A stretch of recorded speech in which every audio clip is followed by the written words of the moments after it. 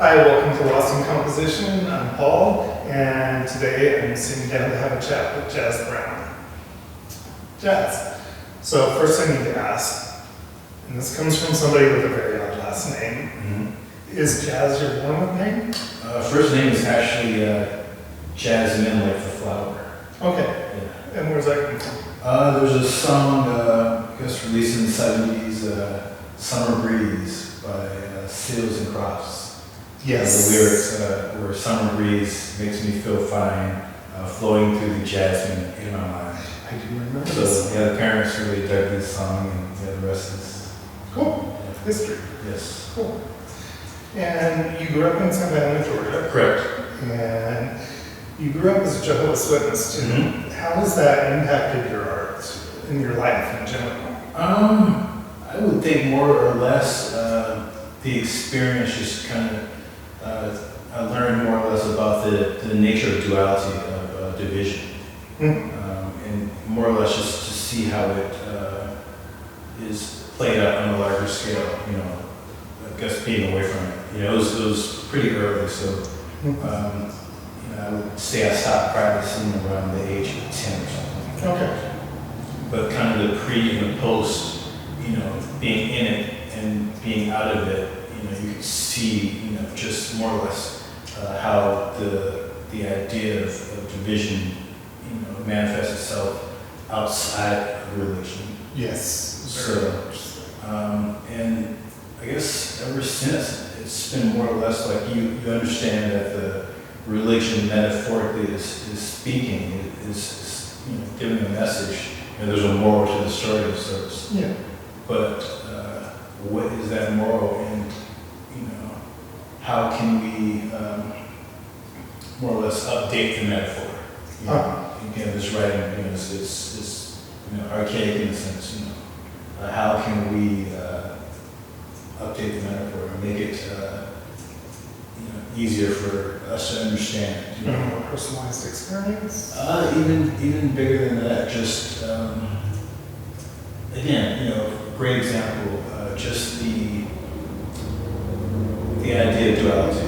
You know, the Bible starts off with you know, the creation, but then it goes to Adam and Eve, and you know, the tree of life and the tree of knowledge of good and evil. Yes. Now we assume that the tree of life is this, I don't know, it almost seems mythological, you know, just life in general. Then we have the tree of the knowledge of good and evil. We learn that this is, you know, the beginning of original sin, yet we gravitate towards this tree. Yes. And the tree of life is just, you know, it's like ethic. So again, just wondering, like, how, you know, if we understand that this is, you know, this is forbidden fruit, why are we still gravitating towards this tree? And how can we stop? Gotcha. So more or less that's what the work is about. You know, Okay. just updating the metaphor, just saying, hey, you know, the tree of life is the real tree. You know, this other tree is deceptive. Okay. So, gotcha. so the work more or less expresses, you know, the nature of oneness, and then the idea of duality, dispelling the beliefs in this system of duality. Oh, cool. Yeah. Very cool. And so you're primarily self-taught, correct? Correct. Yes. And do you wish you had more of a formal education in the art? Do you plan on doing that? Not really. I think I'm doing okay. Yeah. I think so too, especially after the last year. Yeah, thank you. But more or less, I just think just all these patterns are patterns that we see in nature. You know, the cyclical nature of everything, just the rotation of the earth. You know, the moon. You know, all, you know, just the seasons. Everything is just you know, one cycle. So more or less, that's what I'm painting. Like, I don't think I can, you know, learn that. You know, come on, a few pointers. Color theory.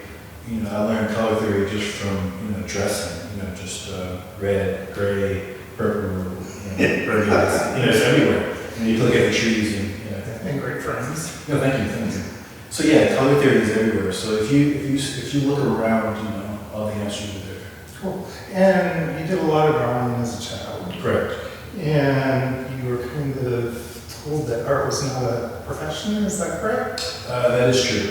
That's And true. how did that impact you? So as a kid, these drawings were more, transformers, dinosaurs, it wasn't the abstraction that, working with now.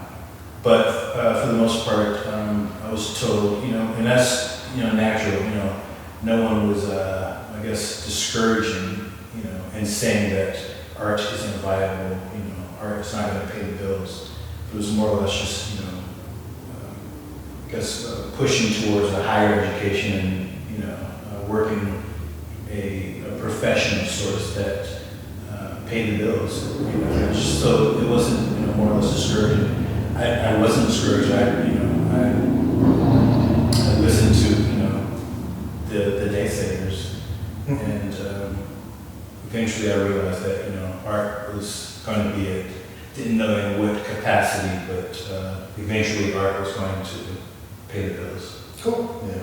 Cool. Yeah, it was my dream as a kid to become an artist. And I diverted into tech because it was not a real job. Yeah. And so maybe as I step into retirement, I'll be exploring art as a retirement gig. Certainly. So yeah, I'm very happy that it worked out for you. Excellent. That's cool. I think you're the exception. I don't think you're I don't think you're the rule. Yeah, thanks. So would it have been easier for you if you had people that were more supportive? Again, they weren't discouraging. There was support.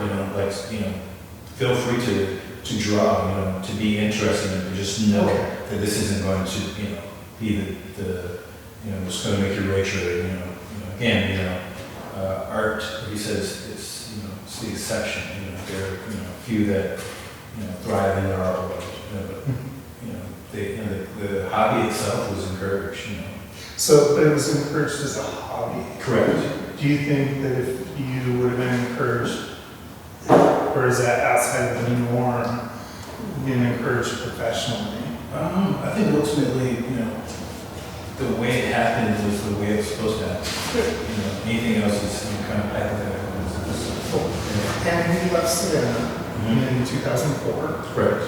And you moved to Seattle because you wanted to move to a city that was more vegan friendly. And how's that work? It's worked well. I'm still here. Yeah. And so you're still a vegan? Correct. And what's your favorite local vegan ice cream? It used to be Sugar Plum, but now Frankie and Joe's. I love Frankie Joe's. Yeah. I'm glad you said that. That's my favorite. Yeah, that's wonderful. Which one do you remember? I think I really like the charcoal. Yes. Yeah. I can't remember the name. Exactly. Of the charcoal Yeah. one. And I thought it was an odd combination. I think getting the ice cream it's all great. And, but yeah, it's delicious. It's so odd that you have to try it. Certainly. Yeah. So you've been involved with Onyx in Seattle and Seattle People of Color and Salon. Correct. How has that helped you? They were both good. I don't want to call them stepping stones because I'm still friends. I'm still I keep in touch with the members and stuff like that. But as far as getting the work out, having the work being seen and meeting a community, like-minded individuals, it was just I was aware that I wasn't alone in what I was doing. Yeah. Would you say it was more beneficial to have an organization focused on, not necessarily focused on, but other blacks, helping other blacks? Was that beneficial? Definitely. Yeah. Are there certain struggles that African Americans and blacks have in our community? I would say blackness isn't, a monolith, so I can't speak for anyone else. Correct. But what I understand is, there are no limits. Perfect. So I don't create, and everything just kind of unfolds as it's supposed to. Good deal. And so, have you experienced any unique difficulties for Black people at all? Have I experienced? Yeah. No. Have you seen other Black Oh, of course, it's everywhere. artists? Yeah, it's just, again, the nature of duality. Yeah, would that be unique to art, to the art industry? Something different than the struggle in America in general, or not? The struggle in America is not really a struggle, it's ignorance more than anything. Ooh, I love that. Yeah. So, again, once you can see past this duality, you just, I don't eat the forbidden fruit anymore. There you go. Good. Good. And what about the pandemic? How has that impacted you? The pandemic didn't really affect the style, but as a result of, being home more, like I painted more than I ever had. Okay. Yeah, so, in painting, it was just more or less a lot of trial and error, just trying, different styles and going back to older styles and just kind of coming up with this great hybrid and then just kind of working from there. Okay, great. And you've actually had a very good year this last year, correct? Certainly, yeah. So would you say that the pandemic's actually helped you, or do you think that's just circumstance? I would think just with folks being home and looking at blank walls, I would say I know a lot of folks, for the first time really showed interest in art, just flipping through their phones or on the tablets or whatever, Instagram, Yeah. So, I could say that art, again, just looking at blank walls, how can I fill these blank walls? I think, folks wanting to get out and just wanting to see different things, Can't necessarily get out and see art in museums, so, bring the museum to you. Yeah, I know that we bought more art during the pandemic than we ever have in the past. Blank walls, and it's a way of, for me, I just love walking around the home and looking at art and knowing that humanity can create such beautiful works. It's just, it's very calming to have art in my home. Sure.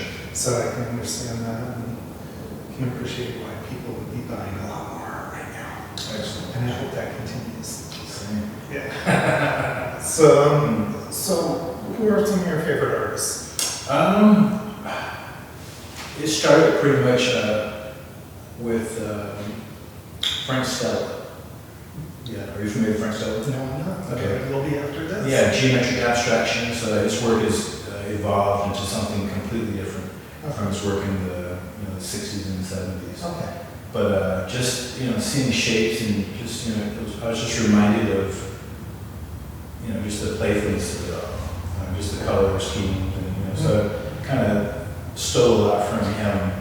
And from there, it's just pretty much anyone who is willing to transcend the physical form, just using shapes, just even creating new shapes. Yeah. I don't think of it as stealing. I think of it as building it on. Sure. Yeah. So, But yeah. cool. Any others? Gosh. There's so many. Are you asking for current artists or just inspiration? It's an open question. Because when people ask me who my favorite artists are, Sure. I have a list, and Andy Warhol is always at the top. And I don't know why pop and his work does it for me, but it just does. Okay. And then I have another list which starts with artists who are alive. So Andy Warhol's at the top, but the rest of them are living artists. Sure. So the question is just, who are some of your favorite artists? Yeah, I guess, to answer the question, I don't have any art heroes. Never look up to any artists as heroes. But today's artists are, I don't know, it's hard to, name one because I guess I see the art world as one. I just don't, Frank Stella was kind of, from Frank I learned, that art doesn't have to be figurative. Correct. And then from there, it's just, it's just this explosion. Yeah. Very. Yeah. So to be honest, like I really don't have any favorite artists, but I just love to see the progression of art and the progression past the physical form. Are there any call outs for local artists? Oh my gosh. Let's see. Tarika Waters, number one, by far. Okay. Yeah. Why? Say again? Why? I think she's found a way to bridge the business and the artistic side. A lot of artists hate the bureaucracy of art, which is why Judith is great. It's just wonderful. She's sitting over there smiling. But yeah, I'm not a fan of the bureaucracy. You saw the paperwork, but Tarika, she just knocks out the ballpark with that side. From her gallery, Martyr Sauce, and this Pan, which is kind of a spin-off of that. Okay. But she's a great artist. Again, she's new pop art. I mean, again, I love the colors that she uses. Yeah, I don't use words to describe it because I wouldn't be doing it justice. But the work is just amazing. Yeah. She's helped my work get out there. I showed at Martyr Sauce years ago. Sure. Have worked at the Paramount Theater as a result of her, and she's just amazing.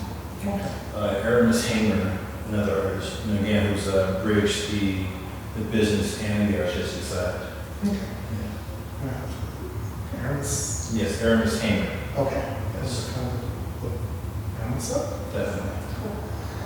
So, any others? I know that you can probably keep going, but Yeah. I mean, if you're good there, okay. yeah. I mean, again, I don't want to, Yeah. Yeah. There's so many. I don't want to leave anybody out. More important. Yeah, well, you're gonna have to at some point. So. Those two. They were my top two. Okay, that's Yeah. right. Yeah. That's perfect. So, for the next question, I'm not looking for awards or achievements or anything. One more. What? Okay. Yeah, Anthony White. Okay. Yeah, he's not going to have the ballpark. Cool. His work, again, as far as updating metaphor, he's not going to have the ballpark in that aspect.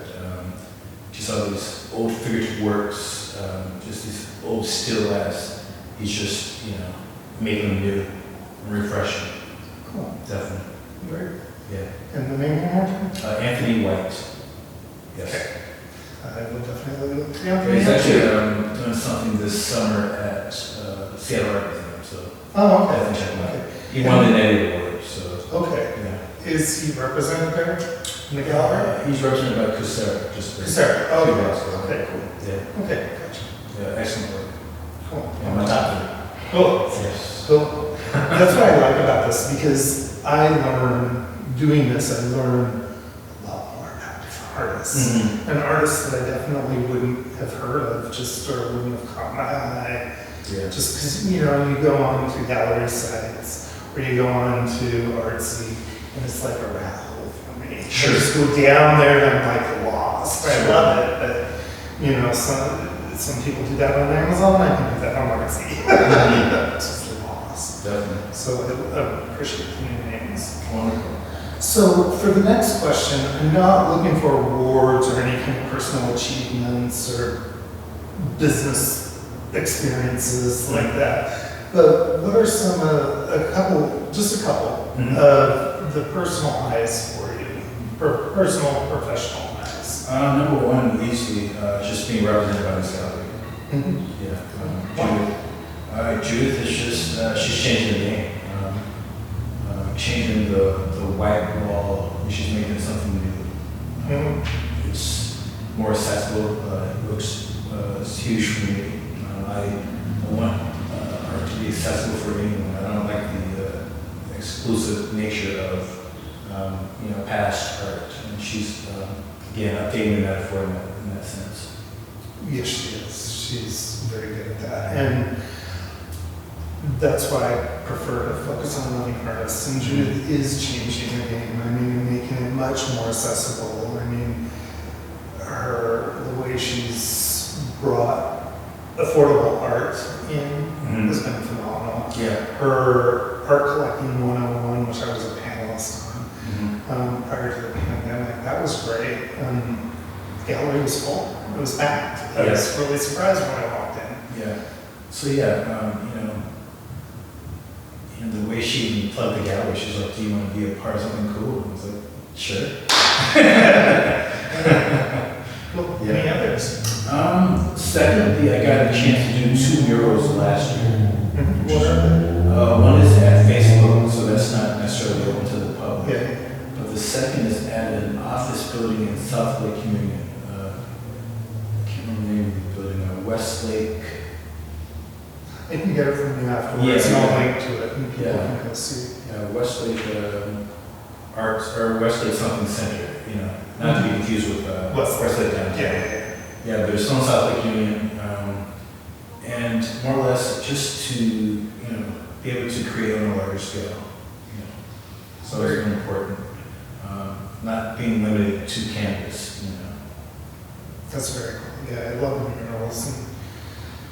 And I plan on trying to do another thing with this vlog later. Mhm. And I'll keep a mural in mind for that. Cool. So, Yeah, and I, also love to do like in-home murals. That's probably the next goal.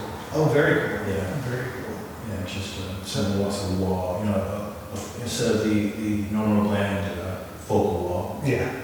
Just make a Very cool. nice mural. That would be cool. That would be astonishing. Definitely, thank you. Yeah. So, do you have any tips for aspiring artists? Number one, just keep painting. Don't get frustrated. I look at it more or less as kind of a tree of sorts. You gotta have a seed. You gotta start from the seed. And the seed is gonna break open and it's gonna look ugly, but just keep watering the seed, and it's gonna grow into this beautiful tree eventually.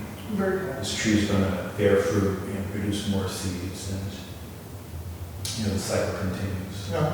So, you and I have discussed coffee shops, just finding coffee shops. Yeah. I love that. I think I purchased 2 items off of walls in coffee shops. How does that work? And did you do that? I believe you did. I did, yeah. Yeah, so more or less just, coffee shops are always looking for art. And the patrons of coffee shops, it's kind of an expectation of sorts, to walk in, even if you're picking up a cup to go, just to see some type of artwork, while you're waiting, Yeah. But even better when you're sitting down at a table and there's beautiful art on the wall. Yeah. So there's a demand from the customer for, great coffee and great art. Starbucks used to do that, didn't they? I thought they had something early on, so that I could. That's possible, but the work they have now is just kind of mass Yeah, produced. it's all mass produced. Yeah, but yeah, coffee shops are always looking for art, and again the patrons are looking for great coffee and great art. The local pizzeria in our place. Mhm. How did you go about getting your art in there? Did you just approach them? Well, I drank a lot of coffee, so I just approach. Again, you see art on the wall. This was probably like my first year or so of painting, and just inquire. Hey, are you guys looking for new art? Are you rotating this? So I was on a waiting list because there had a few before. Yeah. But once that happened, again, a patron happened to be in there, saw the work, and got my contact information, shot an email asking if I was looking to show elsewhere. Awesome. And I was like, sure. And then that one patron, we're still great friends. Her name is Leilani Lewis. She's known in the art world. She introduced. I was introduced by her to spots, and then the rest just kind of blew up. So you just never know in coffee shops who's going to see your work. Gotcha. Yeah. That's very true. Very true.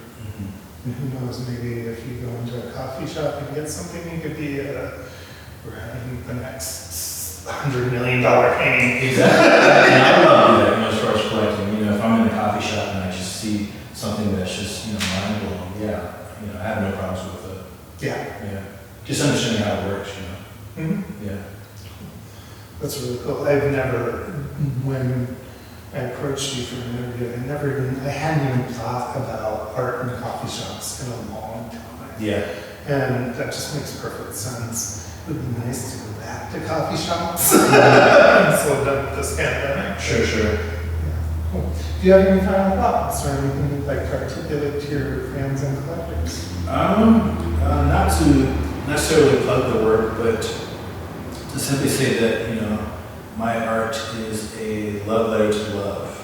I learned that from listening to Miles Davis, years ago. And just, what he's expressing is very abstract, very colorful. And even with John Coltrane, especially his later work, the work was just simply an ode to love, to love from love.